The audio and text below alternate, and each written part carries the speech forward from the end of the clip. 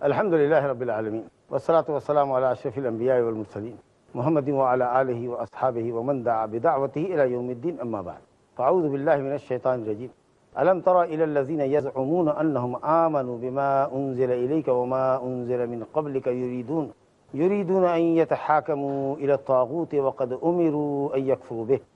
ویرید الشیطان ان یضلهم ضلالا بعیدا وقال النبی صلی اللہ علیہ وسلم لا یؤمن احدکم حتی یکون ہواہ تبعا لما جئت بہ۔ حاضرین گرامی، کتاب التوحید کے مؤلف رحمۃ اللہ علیہ نے باب قائم کیا ہے سورہ نساء کی آیت نمبر 60 پر۔ سورہ نساء کی آیت نمبر 60 کو باب کا عنوان بنایا، باب قول اللہ تعالی الم تر الی الذین یزعمون انہم آمنوا بما انزل الیک وما انزل من قبلک یریدون ان یتحاکموا الی الطاغوت۔ اس آیت کو عنوان بنایا۔ مقصد یہ ہے باب کا کہ قرآن اور حدیث کو چھوڑ کر غیر قرآن اور حدیث سے فیصلہ لینا یہ منافقوں کا شیوا ہے، مومنوں کا شیوا ہے۔ کیونکہ جو مومن ہوگا وہ ہر حال میں اللہ اور اس کے رسول کے سے فیصلہ لے گا، قرآن اور حدیث سے فیصلے لے گا، قرآن و حدیث کی روشنی میں اپنے مسائل کا حل کرے گا، حل ڈھونڈے گا۔ اور جب اس کے سامنے قرآن اور حدیث کا فیصلہ آ جائے گا تو مومنوں کی حالت جیسے کہ اللہ تعالیٰ نے سورہ نور میں بتائی، انما کان قول المؤمنین اذا دعوا الی اللہ ورسولہ لیحکم بینہم ان یقولوا سمعنا واطعنا واولئک هم المفلحون۔ کہے گا سمعنا واطعنا، ہم نے اللہ رسول کا حکم سنا اور ہم نے اطاعت کی بلا چون چرا۔ جب ہم گواہی دیتے ہیں لا الہ الا اللہ اور محمد رسول اللہ کی تو ہم کو سمجھنا چاہیے کہ ہم اس گواہی میں کیا بولتے ہیں۔ اللہ کی وحدانیت کا اقرار کرتے ہیں کہ اللہ میں گواہی دیتا ہوں کہ تیرے سوا کوئی بندگی کے لائق نہیں۔ اور اس توحید کا تقاضا یہ ہے، لازمی تقاضا یہ ہے کہ محمد رسول اللہ صلی اللہ علیہ وسلم کی رسالت پر ایمان رکھا جائے۔ اسی کلمے کا دوسرا جز ہے وَأَشْهَدُ أَنَّ مُحَمَّدًا عَبْدُهُ وَرَسُولُهُ، محمد صلی اللہ علیہ وسلم اللہ کے بندے اور رسول ہیں۔ اور اس گواہی کا تقاضا یہ ہے کہ جب اللہ ہمارا معبود ہے اور رسول صلی اللہ علیہ وسلم ہمارے رسول ہیں تو ہم بلا چون و چرا اللہ کی بات اور رسول کی بات کریں۔ یعنی اس گواہی کا تقاضا یہ ہے کہ ہم اللہ اور اس کے رسول کی اطاعت کریں، اللہ اور اس کے رسول کے حکموں پر ہم قائم ہو جائیں۔ کلمے کا یہ دونوں جز اسلام کا ایک رکن ہے۔ میں یہ بات اس لیے کہہ رہا ہوں کہ کچھ لوگ کہتے ہیں اللہ کی کتاب ہمارے لیے کافی، حدیث کی کیا ضرورت ہے، قرآن میں تو سب لکھا ہے۔ لا الہ الا اللہ کا اقرار اس وقت تک صحیح نہیں ہوگا، کتاب اللہ پر آپ کا ایمان اس وقت تک صحیح نہیں ہوگا جب تک محمد رسول اللہ کی رسالت پر ایمان نہ ہو اور نبی صلی اللہ علیہ وسلم سے جو باتیں صحیح سند سے ثابت ہے ان پر آپ کا ایمان نہ ہو، ان کو آپ نہ مانیں۔ اگر آپ صحیح حدیثوں کا انکار کر دیں گے قرآن کا انکار لازم آئے گا۔ یہ دونوں قرآن اور حدیث دونوں ایک چیز ہیں۔ اللہ اور اس کے رسول پر ایمان ایک ایمان ہے، ایک چیز ہے۔ اسے اسلام کے 5 ارکان بیان کیے گئے ہیں، صحیحین کی روایت ہے اور صحیح بخاری میں کتاب الایمان کی پہلی حدیث حضرت عبداللہ بن عمر رضی اللہ عنہ کی، بنی الاسلام علی 5 شہادت اللہ الہ الا اللہ وان محمد رسول اللہ واقام الصلاۃ وایتاء الزکوٰۃ وصوم رمضان وحج البیت۔ 4 ارکان ہیں، نماز، روزہ، حج، زکوٰۃ، اور پہلا رکن ہے اللہ واحد پر ایمان لانا اور اس بات کی گواہی دینا کہ محمد صلی اللہ علیہ وسلم اللہ کے رسول ہے۔ گویا اللہ پر ایمان لانا اور رسول پر ایمان لانا یہ دونوں ایک اسلام کا ایک رکن ہے، دونوں ایک رکن۔ اس کا تقاضا یہ ہے کہ اللہ اور اس کے رسول کی شریعت کو بلا چون و چرا تسلیم کیا جائے، قرآن میں اور سنت میں فرق نہ کیا جائے، قرآن اور حدیث میں فرق نہ کیا جائے۔ دونوں ہمارے لیے واجب العمل، بلکہ قرآن مجید کی آیتوں پر عمل کرنا بغیر حدیث کے ممکن نہیں۔ منافقوں کے متعلق اللہ تعالیٰ نے فرمایا ہے سورہ نساء آیت نمبر 60، جس کو صاحب کتاب نے عنوان بنایا ہے۔ اللہ فرماتا ہے الم تر الی الذین یزعمون انہم آمنوا بما انزل الیک وما انزل من قبلک یریدون ان یتحاکموا الی الطاغوت۔ اے نبی، کیا آپ ان لوگوں کو نہیں دیکھا، ان لوگوں کو نہیں جانا جو گمان کرتے ہیں کہ وہ آپ کی شریعت پر ایمان رکھتے ہیں اور آپ سے پہلے کے انبیاء پر بھی ایمان رکھتے ہیں۔ الحمدللہ ہم میں کا ہر مومن اللہ پر بھی ایمان رکھتا ہے، رسول پر ایمان رکھتا ہے، اور تمام سابقین انبیاء پر ہم ایمان رکھتے ہیں۔ یہ تو ہمارے ایمان کا جز ہے۔ ہم یہ بات اس لیے کریں کہ کوئی یہ نہ کہ قرآن میں لکھا ہے کہ اگلے انبیاء پر ایمان رکھتے ہیں۔ اگلے انبیاء پر ایمان ہمارا تبھی صحیح ہوگا جب ہم محمد صلی اللہ علیہ وسلم کو آخری نبی اور رسول مانیں۔ ان کے ساتھ ہم تمام نبیوں پر اجمالی ایمان رکھتے ہیں، لیکن اگر نبی صلی اللہ علیہ وسلم کو رسول نہ مانے اور حضرت عیسیٰ اور موسیٰ علیہ السلام کو کہہ کہ وہ اللہ کے رسول تھے تو یہ ایمان صحیح نہیں ہوگا۔ بہرحال جو یہ کہتے ہیں کہ نبی ہم آپ پر ایمان رکھتے ہیں، آپ کی شریعت پر ایمان رکھتے ہیں اور آپ سے پہلے انبیاء پر ایمان رکھتے ہیں، یہ ان کا گمان ہے۔ یزعمون، گمان کرتے ہیں، یہ بتا رہا ہے کہ وہ سچے مومن نہیں ہیں، مدعیان محبت ہے۔ اگر واقعی سچے مومن ہوتے تو اللہ تعالیٰ کہتا الم تر الی الذین آمنوا، آپ نے ان کو نہیں دیکھا جو اللہ پر ایمان لائے۔ یہ نہیں کہا آپ نے نہیں دیکھا ان لوگوں کو جو یہ سمجھتے ہیں اپنے متعلق کہ وہ اللہ پر ایمان لائے، آپ کی شریعت پر ایمان لائے، آمنوا بما انزل الیک، اس شریعت پر ایمان لائے جو آپ کی طرف نازل کی گئی، آپ اس شریعت پر بھی اجمالی ایمان رکھتے ہیں جو آپ سے پہلے اتاری گئی، اجمالی ایمان، تفصیلی ایمان آپ کی شریعت پر، یہ تو دعویٰ ہے ان کا۔ یہی سے بات کھل گئی کہ وہ سچے مومن نہیں ہیں، وہ زبانی جمع خرچ کرنے والے منافق ہیں جو کہتے ہیں کہ ہم آپ کی شریعت پر ایمان رکھتے ہیں، لیکن جب موقع آتا ہے فیصلہ لینے کا، مسئلہ دریافت کرنے کا، ججمنٹ کا جب موقع آتا ہے تو یریدون ان یتحاکموا الی الطاغوت، وہ فیصلہ لینے کے لیے طاغوت کے پاس جاتے ہیں۔ قرآن و حدیث سے فیصلہ ان کو منظور نہیں، یتحاکمون الی الطاغوت، کسی طاغوت کے پاس جاتے ہیں کہ ہمارے اور ہمارے بھائی کے درمیان ایک نزاع ہے، ایک جھگڑا ہے، آپ فیصلہ کر دیں۔ یہ طاغوت کون ہے؟ طاغوت وہ جس کی اللہ کے علاوہ پرستش کی جائے، طاغوت وہ جس کو اللہ اور اس کے رسول کے مقابلے میں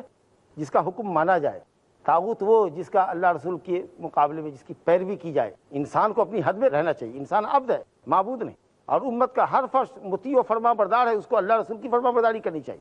حکم بجا لانا چاہیے، اطاعت کرنی چاہیے، قرآن و سنت کو فالو کرنا چاہیے۔ لیکن وہ جاتا کدھر ہے؟ طاغوت کی طرف۔ معلوم ہوا کہ قرآن حدیث کے فیصلے کے مقابلے میں اگر دوسرے کا فیصلہ لیتا ہے، قرآن و حدیث کے فیصلے کو چھوڑ کر دوسرا فیصلہ لیتا ہے، تو لینے والا بھی سرکش طاغوت، اور جس سے لے رہا ہے، جو فیصلے دے رہا ہے، اور قرآن و حدیث کے علاوہ جو فیصلے کی بک ہے، جو قرآن و حدیث کے خلاف فیصلے کی بک ہے، وہ بھی سب طواغیت کے اندر داخل ہے۔ یریدون ان یتحاکموا الی الطاغوت وقد امروا ان یکفروا بہ، جبکہ ان کو اللہ کی طرف سے یہ حکم دے دیا گیا ہے، رسول کی طرف سے یہ حکم دے دیا گیا کہ قرآن و حدیث کو ماننا، بلا چونو چرا ماننا، لیکن وہ ماننے کو تیار نہیں۔ یہ اصل میں کیوں؟ اس لیے کہ شیطان ان کو گمراہ کر رہا ہے، کہتا ہے ارے یہ تو پرانا قانون ہے، 1400 سال پہلے آیا تھا، آج کے ماڈرن زمانے میں، سائنس کے زمانے میں، ٹیکنالوجی کے 21ویں صدی میں جی رہے ہو، قرآن حدیث کی باتیں کرتے ہو، نئے فلسفے لو، نئی تھیوریاں لو، اس طریقے سے قوانین اسلامی کے مقابلے میں دوسرے قوانین کو پیش کرتے ہیں۔ یہی حال ان لوگوں کا بھی ہوتا ہے، نماز کے فوائد بیان کر رہے ہیں تو فوائد بیان کر رہے ہیں ٹیکنیکلی، فزیکلی ورزش ہوتی ہے، اعصاب ٹھیک ہوتے ہیں، رگ پٹھے مضبوط ہوتے ہیں، روزہ رکھنے سے رطوبت جا رہی ہے، فاضل رطوبت ختم ہو جاتی،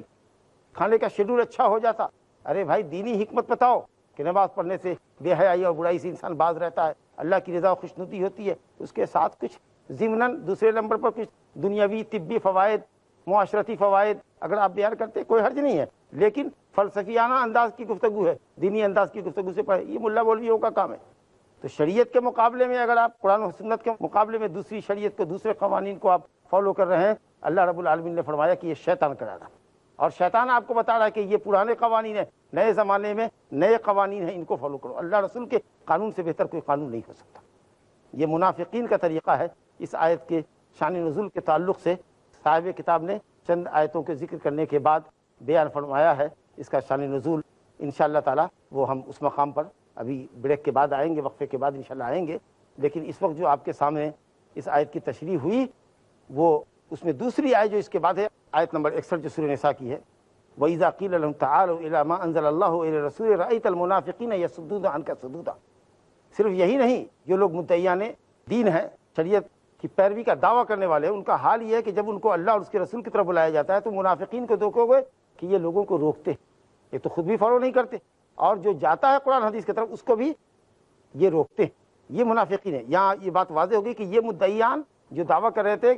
کہ ہم آپ کی شریعت کی پیروی کرتے ہیں اور سابقہ شریعت پر بھی ہمارا ایمان ہے، اور ان کا حال یہ ہے کہ یہ طاغوت سے فیصلے لیتے ہیں، گویا کہ ان کا یہ عمل ان کے دعوے کی قلعی کھول رہا ہے، اور صرف اتنا ہی نہیں کرتے کہ وہ خود باز رہتے ہیں اور عمل نہیں کرتے قرآن و سنت کے اوپر، بلکہ قرآن و سنت کی طرف جانے والے، قرآن و سنت سے فیصلہ لینے والوں کو روکتے ہیں۔ کہاں جا رہے ہیں ان کی طرف؟ ارے ادھر آؤ، یہ بات ہے، یہ اصل قانون ہے، وہ کیا آپ کو بتائیں گے؟ اس طریقے سے روکتے ہیں، تو خود بھی شریعت سے بھاگتے، شریعت پر عمل نہیں کرتے، اور اگر کوئی قرآن و سنت پر عمل کرتا ہے تو اسے روکتے ہیں، کتاب و سنت کے عالم کے پاس بیٹھنے سے روکتے، ان کی باتیں مت سنو، ارے یہ گمراہ کر دیں گے، تمہارا اپنا ایک دین ہے، اپنا ایک طریقہ ہے باپ دادا کا، اس پر قائم رہو، ہمارا اپنا ایک مسلک ہے، ہمارے باپ دادا ایک مسلک پر تھے، ایک منہج پر تھے، اس سے مت ہٹو، کہاں جا رہے ہو، یہ تم کو گمراہ کر دیں گے۔ اس طریقے سے قرآن و حدیث کو فالو کرنے والوں سے دور کرتے ہیں، خود بھی دور ہوتے ہیں اور دور کرتے ہیں۔ یہ طریقہ منافقین کا طریقہ ہے۔ ہر مومن پر واجب ہے کہ وہ قرآن اور سنت کو عمل میں لائے، قرآن و سنت کو بلا چونو چرا تسلیم کرے۔ قرآن و سنت کے مقابلے میں اگر وہ کسی اور شریعت کو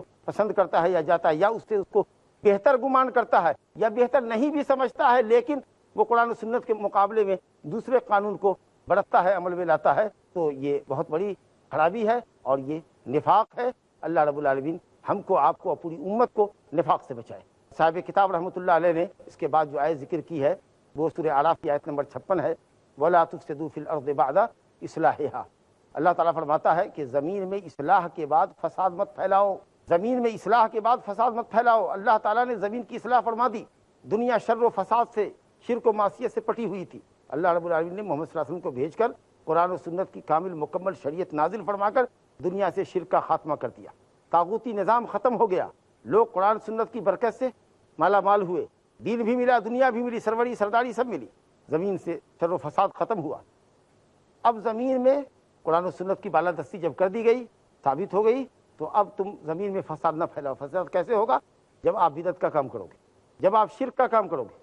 جب قرآن و سنت کے مقابلے میں دوسرے قوانین کو برتو گے۔ انشاءاللہ بریک کے بعد آپ سے پھر سلسلہ جاری رہے گا۔ شر و فساد ختم ہوا، اب زمین میں قرآن و سنت کی بالادستی جب کر دی گئی، ثابت ہو گئی، تو اب تم زمین میں فساد نہ پھیلاؤ۔ فساد کیسے ہوگا؟ جب آپ بدعت کا کام کرو گے، جب آپ شرک کا کام کرو گے، جب قرآن و سنت کے مقابلے میں دوسرے قوانین کو برتو گے اور دوسرے قوانین کو اہمیت دو گے، تو زمین میں فساد آئے گا۔ تو گناہوں کے سبب، شرک و بدعت کے سبب اور قرآن و سنت کو پس پشت ڈال دینے کے سبب زمین میں فساد آئے گا۔ قسم اللہ کی، زمین کی اصلاح ایمان پر، توحید پر اور قرآن و سنت پر عمل کرنے میں مضمر ہے، پوشیدہ ہے۔ اگر آپ توحید کی راہ سے ہٹتے ہو، سنت کی راہ سے ہٹتے ہو، شرک و بدعت کی راہ پر آتے ہو، یا کتاب و سنت کو اپنے لیے دستور حیات نہیں مانتے، دستور العمل نہیں مانتے، تو یہ ہلاکت ہے اور گمراہی کی راہ ہے۔ تو اللہ تعالیٰ نے فرمایا وَلَا تُفْسِدُوا فِي الْأَرْضِ بَعْدَ إِصْلَاحِهَا، زمین میں اللہ تعالیٰ نے شریعت نازل کر کے توحید اور اتباع رسول کے ذریعے اللہ نے زمین میں اصلاح فرمائی ہے۔ توحید اور اتباع سنت کی راہ چھوڑ کر زمین میں پھر فساد اور بگاڑ پیدا مت کرو یا اس کے مجد مت بنو۔ اور تیسری آیت جو صاحب کتاب نے یہاں ذکر کی ہے، وہ آیت سورہ بقرہ کی آیت نمبر 11 ہے، وَإِذَا قِيلَ لَهُمْ لَا تُفْسِدُوا فِي الْأَرْضِ قَالُوا إِنَّمَا نَحْنُ مُصْلِحُونَ، جب ان منافقین سے کہا جاتا تھا کیوں زمین میں فساد پھیلاتے ہو، کیوں شرک و بدعت کے ساتھ دندناتے پھرتے ہو، کیوں لوگوں کو اللہ اور اس کے رسول کی طرف آنے سے روکتے ہو، اللہ کی دعوت کو لبیک کہنے سے روکتے ہو، اور قرآن و حدیث کے مقابلے میں دوسری فیصلہ کرنے والوں کی طرف لے جاتے ہو، کیوں ایسی حرکتیں کرتے ہو؟ تو کہتے ہیں ہم ہی اصلاح کرنے والے ہیں، کہتے ہیں انما نحن مصلحون، ہم مصلح ہیں، آپ ہم کو فسادی کہہ رہے ہیں۔ جی آج بھی بہت سارے لوگ ملیں گے قرآن اور حدیث سے پیچھا چھڑا رہے ہیں، کتاب و سنت کی مذمت بھی کر رہے ہیں، اس کے قانون پر اعتراض بھی کر رہے ہیں، یا معاف کیجیے گا ایسے بھی لوگ ملیں گے جو قرآن و سنت کو ان کو رہنے دو، جو کتاب ہمارے پاس ہے، ایک نصاب تم کو دیتے ہیں، ایک فقہ تم کو دیتے ہیں، آنکھ بند کر کے اس پر عمل کرو، کہاں جاتے ہو قرآن حدیث کی باتیں کرتے ہو، سمجھو گے تم کو قرآن حدیث اس طریقے سے لوگوں کو روکتے، ہم سے کوئی بڑا جاننے والا ہے اس طریقے سے کہیں گے تو کہیں گے کہ ہم اسلام میں ہیں، اور جو لوگ قرآن حدیث کی طرف بلانے والے ہیں ان کو کہیں گے یہ فاسد لوگ ہیں، بگڑے ہوئے لوگ ہیں، جی یہ معاشرے کو بانٹنا چاہتے ہیں، باپ کو بیٹے سے لڑا رہے ہیں، اس طرح کی باتیں کرتے ہیں۔ جو قرآن حدیث کی طرف دعوت دینے والے ہیں ان کو فسادی کہتے ہیں، جو خود فسادی ہیں وہ مصلحین کو فسادی کہتے ہیں، اور مفسد ہو کر کے خود مصلح بنے ہوئے ہیں۔ تو یہ منافقین کا طریقہ تھا کہ جب ان کو کہا جاتا تھا کہ زمین میں فساد نہ پھیلاؤ تو کہتے تھے کہ ہم فسادی ہیں، ہم تو مصلح ہیں، فسادی تو یہ لوگ ہیں، مصلحین کی جماعت کو فسادی کہتے تھے، حالانکہ اللہ رب العالمین فرماتے ہیں الا انہم ہم المفسدون، یہی لوگ فسادی ہیں۔ تو یہ قرآن اور سنت کی راہ چھوڑنا گویا فساد کی راہ اختیار کرنا ہے۔ صاحب کتاب رحمۃ اللہ علیہ نے ایک حدیث ذکر کی ہے، ایک مومن کی شان کیا ہونی چاہیے۔ اس حدیث کی سند میں اہل علم نے بڑا کلام کیا ہے، لیکن صاحب کتاب نے اور امام نووی رحمۃ اللہ علیہ نے کی سند کو صحیح کہا ہے، سلف اور خلف نے علماء نے بڑی بحث کی ہے، لیکن بہرحال حدیث یہ ہے، حضرت عبداللہ بن عمر بن عاص رضی اللہ عنہ سے روایت ہے، نبی صلی اللہ علیہ وسلم نے فرمایا لا یؤمن احدکم حتی یکون ہواہ تبعا لما جئت بہ، تم میں کا کوئی شخص اس وقت تک مومن نہیں ہو سکتا ایسا مومن جس کے لیے اللہ تعالیٰ جنت کا دروازہ کھول دے بغیر عذاب کے۔ کامل مومن نہیں ہو سکتا، یعنی اس کا ایمان واجب جو جنت کے داخلے کے لیے مطلوب ہے، جہنم سے نجات کے لیے جو ایمان ضروری ہے، وہ ایمان اس وقت تک حاصل نہیں ہو سکتا جب تک کہ وہ ہوا ہو، اپنی خواہش کو، اپنی طبیعت کے میلان کو، اپنی رغبت کو، اپنی چاہت کو، اپنی محبت کو اللہ کی شریعت کے تابع نہ کر دے۔ حتیٰ یکون ہوا ہو تبعا لما جئت بہ، اس شریعت کے تابع نہ کر دے جو شریعت میں لوگوں کے پاس اللہ کی طرف سے لے کر آیا ہوں۔ یہ شریعت منزل من اللہ، ہر خیر ہر بھلائی پر مشتمل ہے۔ اور ایک آیت اور بھی صاحب کتاب رحمۃ اللہ علیہ نے ذکر کی تھی سورہ مائدہ کی، افا حکم الجاہلیت یبغون ومن احسن من اللہ حکما لقوم یوقنون، سورہ مائدہ آیت نمبر 50 میں اللہ فرماتا ہے کہ لوگ جاہلی حکم سے راضی ہیں، اللہ کے حکم اور قانون سے بہتر قانون کس کا ہو سکتا ہے؟ گویا اللہ اور اس کے رسول کے قوانین کے مقابلے میں کوئی بھی قانون، اللہ رسول کی شریعت کے مطابق میں کوئی شریعت، اللہ رسول کے مسلک کے مقابلے میں کوئی بھی مسلک ہوگا وہ جاہلیت کا مسلک ہوگا، غلط مسلک ہوگا، غلط طریقہ ہوگا۔ اور یہ حدیث ہے، نبی صلی اللہ علیہ وسلم فرماتے ہیں وہ شریعت کے تابع نہ کرے جس شریعت کو میں اللہ کی طرف سے لے کر آیا ہوں، جب تک اس شریعت کے تابع اپنے آپ کو نہ کر دے، اپنی خواہشات کو تابع نہ کر دے، اس وقت تک کوئی مومن نہیں ہو سکتا۔ لا یؤمن احدکم حتی یکون، حدیث کی سند میں اگرچہ کلام ہو اہل علم کا، لیکن اللہ کی قسم 100% معنی صحیح ہے۔ اللہ رب العالمین نے فرمایا فلا وربک لا یؤمنون حتی یحکموک فیما شجر بینہم، اے نبی جب تک آپ کے فیصلے کو لوگ بلا چونو چرا تسلیم نہ کر لیں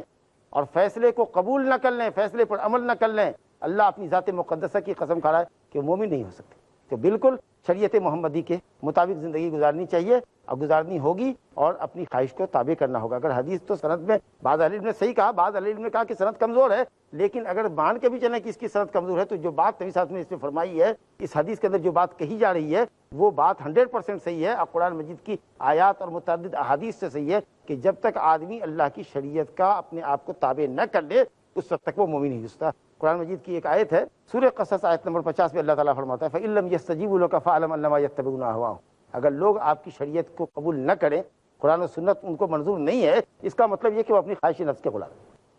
تو معلوم ہوا کہ جب تک ہماری خواہش کتاب و سنت کے تابع نہیں ہوگی اس وقت تک ہم اپنے نفس کے غلام ہوں گے، شریعت کے پیروکار نہیں ہوں گے۔ تو میں اصل میں عرض یہ کرنا چاہتا ہوں کہ یہ حدیث اگرچہ اس کی سند پر اہل علم نے کلام کیا ہے، لیکن جو معنی ہے وہ 100% صحیح ہے۔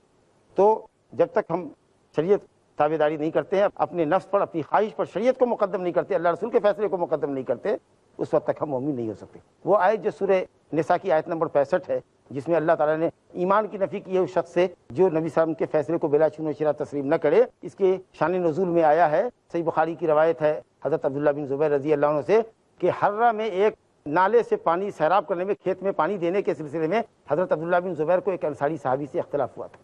تو نبی صلی اللہ علیہ وسلم نے فیصلہ کیا، حالات کے مطابق فیصلہ تھا کہ اوپر زمین عبداللہ بن زبیر کی ہے، نیچے ایک دوسرے کی زمین ہے، تو کہا کہ اوپر تم سیراب کر لو، تھوڑا پانی لے کے اپنے پڑوسی کو دے دینا۔ تو اس انصاری سے جلدی میں یہ بات نکل گئی کہ آپ نے یہ فیصلہ اس لیے کیا کہ وہ آپ کا عمے زادہ پھوپھی زاد ہے۔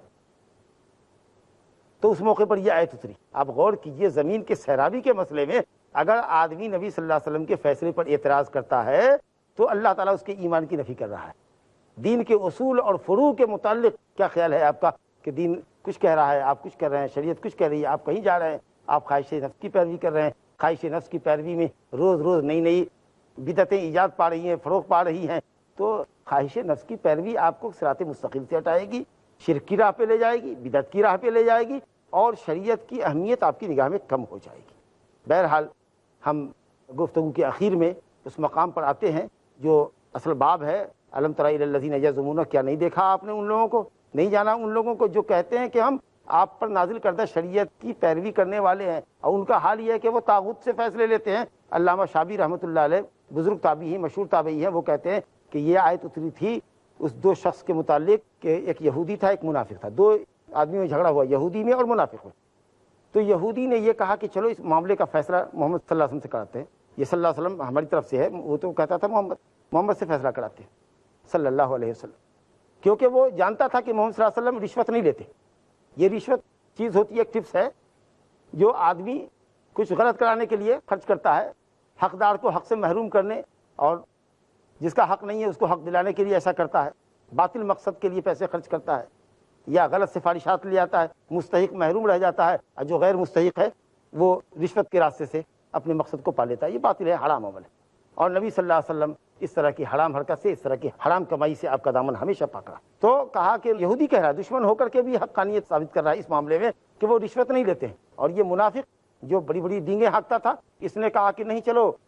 فلاں یہودی کے پاس چلو، فلاں کے پاس چلو۔ نتیجہ یہ ہوا کہ وہ دونوں مل کر کے آخر میں معاملہ یہ ہوا، اور یہودی دونوں چلے گئے کسی کاہن کے پاس،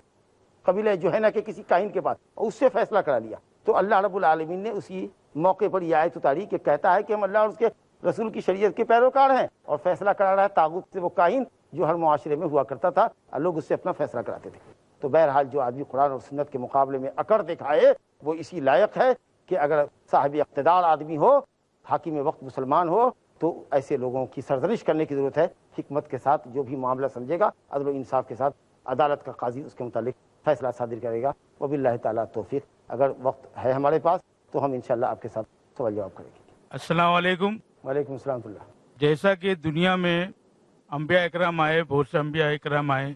تو سبھی جو آئے وہ بنی اسرائیل سے آئے، تو پھر کیا وجہ تھی کہ اللہ تعالیٰ نے نبوت بنی ہاشم میں دی، یعنی آپ صلی اللہ علیہ وسلم کو نبوت عطا فرمائی؟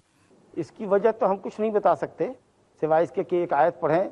اللہ یصطفی من الملائکۃ رسلا ومن الناس۔ اللہ تعالیٰ فرشتوں میں سے بھی پیغام پہنچانے کے لیے، رسالت کے لیے جس کو چاہتا ہے چنتا ہے، اور بندوں میں سے بھی، انسانوں میں سے بھی رسالت کے لیے، نبوت کے لیے جس کو چاہتا ہے چنتا ہے، یہ اس کا فیضان ہے۔ یہ اعتراض